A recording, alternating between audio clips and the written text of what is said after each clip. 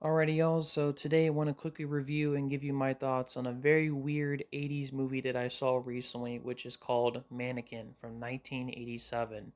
It's directed by Michael Jalippi. I can't even say his name properly.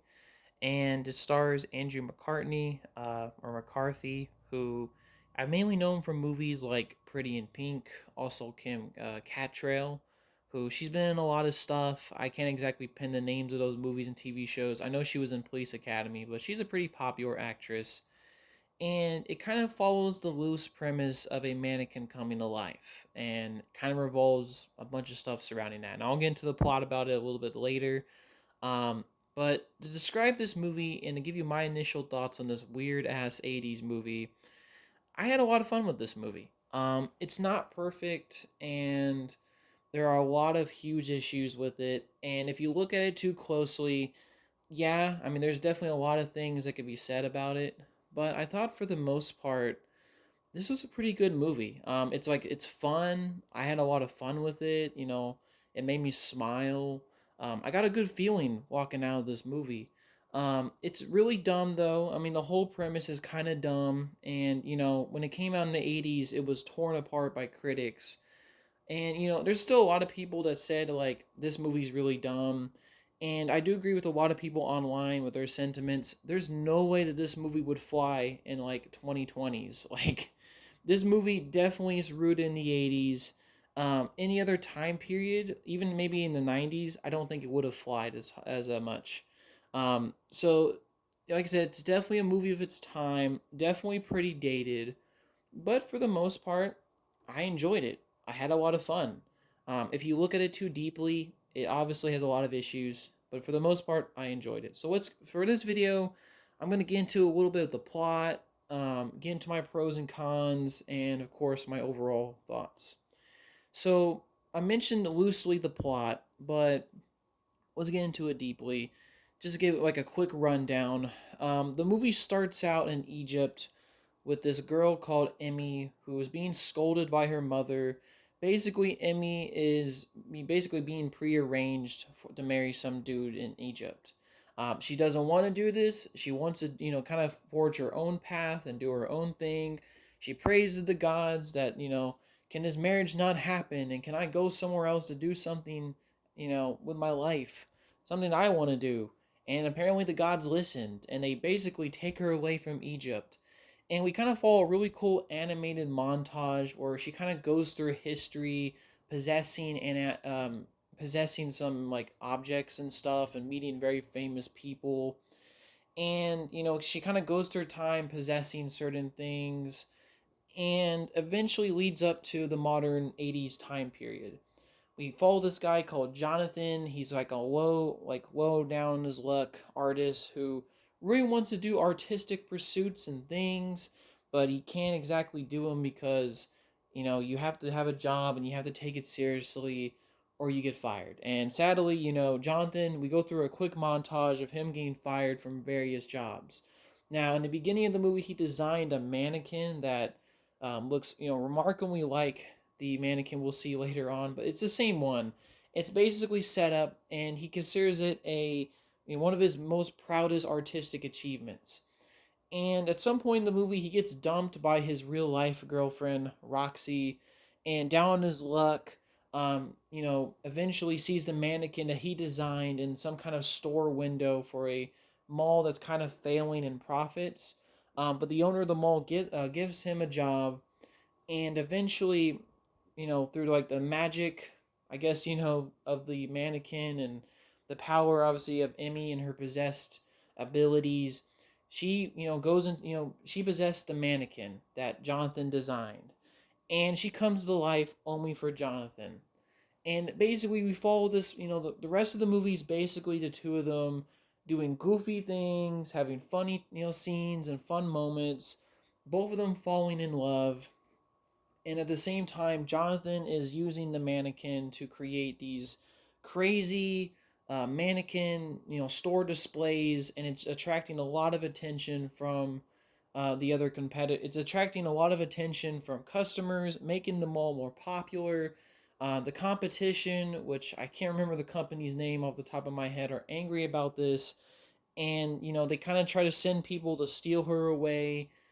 They fail to do so, and kind of in a nearly close, like at the end of the movie, the mannequin almost gets destroyed when the second time I think she gets successfully stolen, and she nearly gets destroyed. But then Jonathan saves her, and then the mannequin comes to life for real this time. Like she becomes a real person because I guess the supposed curse that was put on her is that like she actually has to fall in love with someone and mean it, and obviously Jonathan loves her too, and she becomes a real person at the end of the movie, and they get together and they have like like a little marriage and like the store display.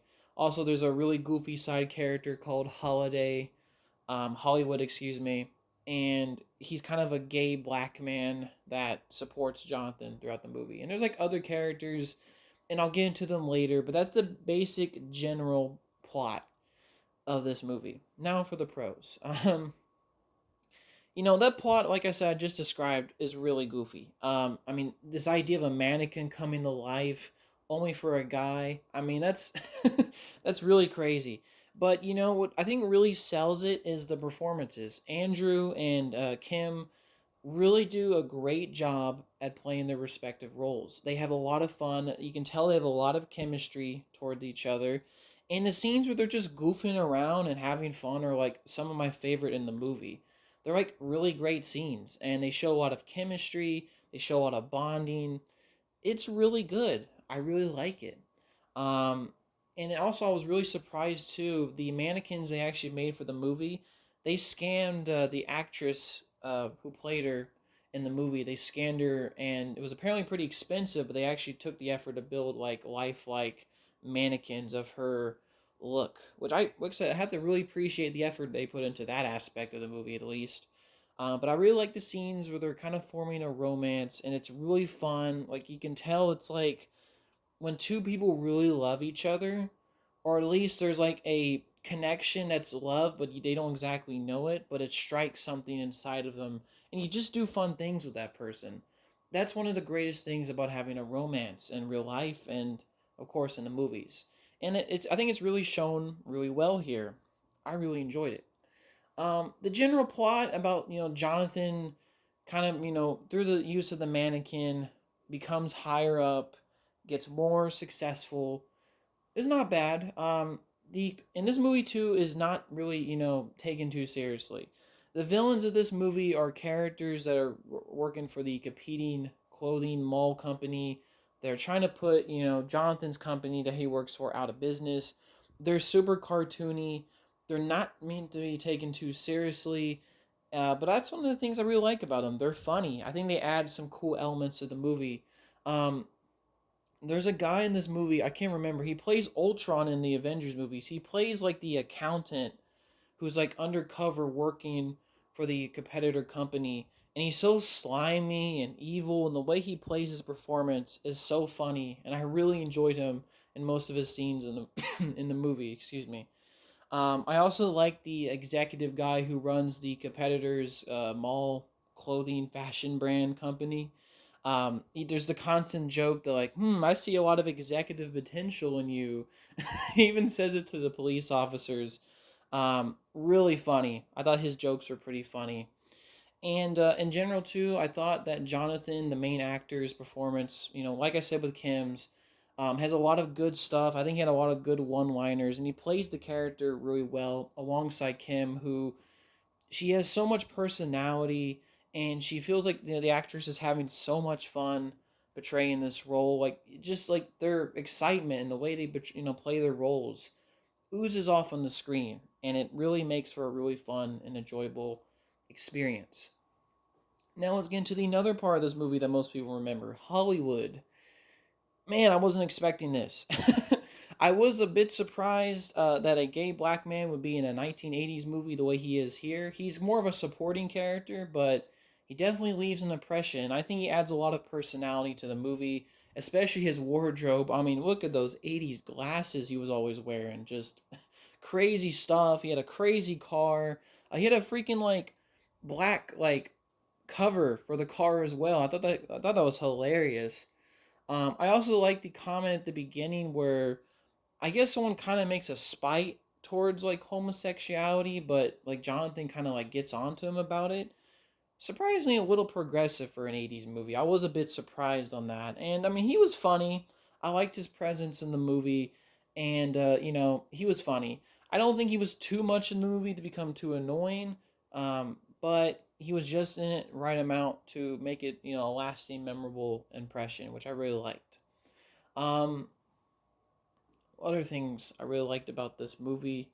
Um, the action sequences that are there. I like the car chase at the end of the movie where they're trying to chase the mannequin the first time. It was a pretty good performance. I really like the whole action car chase scene. I like the whole scene with Jonathan trying to rescue the mannequin in the competitor's company. That was a pretty fun sequence. And of course, the highlights of the movie are the moments between Kim's character Emmy, and Jonathan in the movie. Those are the highlights for me, absolutely, especially the musical montage sequences and all that stuff. Really great and fun parts of the movie. Um, and there's like I said, there's other jokes in the movie and scenes. I'm trying to like play them off here. I really liked like there's kind of a funny scene where like the compactor trash guy at the end of the movie sees the mannequin turn into a real person, and then he tries to jump into a pile of trash, looking to see if a mannequin will come to life for him. That was a really funny scene as well. Um, I was a bit surprised too how this movie ended. I weirdly expected a different ending. For whatever reason, I thought that the mannequin would get destroyed in this movie, and Jonathan would just like him and Roxy would get together, but under like a new understanding or something. I was surprised that the mannequin became a real person at the end, and Roxy just became the villain at the end. I thought it was gonna be a bit more complex than that, but it was pretty good, and it definitely didn't end like some other '80s movies with this type of gimmick and premise go. So I was a bit surprised. And of course, the soundtrack of this movie, super '80s. The look of the movie, the fashion, super '80s. But I enjoyed it, and of course, it's got that iconic song that helped me kind of discover this movie. Starships, Nothing's Gonna Stop Us Now. Great song. Now, like when I view that song, I'm definitely gonna attach it to this movie. Obviously, great song. Now let's get into the cons. Now, like I said, the premise is pretty dumb. It's about this mannequin coming to life only for a guy. I mean, if you look into it too deeply, you may think, well, that's a bit sexist, don't you think? And yeah, I mean, you could view it like that. I guess you can, kind of view it like that. Um, you can also look in deeply into like Hollywood's character and, maybe say, well, he's just stereotypical of gay people or all that. But like I said, I'm not looking into this movie's plot too deeply. I'm not trying to deconstruct Mannequin. It's just a fun movie. It's more of a turn your brain off and watch it and have a fun time. Now, for some serious cons, things that I think in general, besides the dumb kind of kooky plot, I really didn't like. There's a character in this movie that is next to one of the villains, Roxy, who is like this Italian sleazeball that's always trying to get to sleep with Roxy. He's always trying to flirt his way in and all this. I really did not like this character at all in this movie. And clearly in 2020, if this movie got made the way it is here, it would not fly. This would be probably considered sexual harassment today. I really didn't enjoy him. And I get it, like, the joke is like he's some Italian sleazeball kind of guy, but I just didn't think he was that funny. Um, it was a little bit funny when, the whole thing about him getting hard, but it was so dumb. Like, I really didn't like him. He was really annoying. One of the worst parts of the movie is when he shows up. I just don't like his character. I really wish like something would have happened to him. Like maybe he got punched in the face by Jonathan or I don't know. I really didn't like him. Um, Another thing in this movie that I think didn't quite work as well as it could have.